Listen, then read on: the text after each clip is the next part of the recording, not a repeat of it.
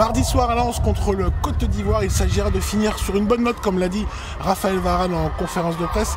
L'équipe de France a la possibilité de battre le record de 2003, 13 victoires à l'époque.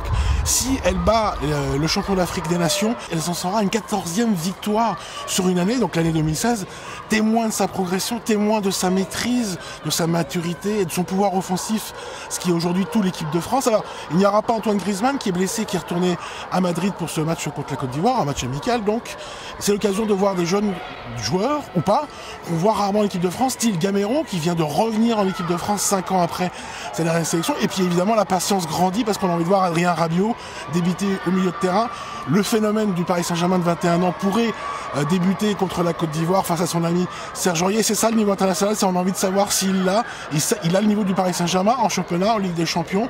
L'équipe de France c'est autre chose, une première sélection c'est toujours autre chose. Donc voilà, c'est l'enjeu majeur de ce France-Côte d'Ivoire à Lens.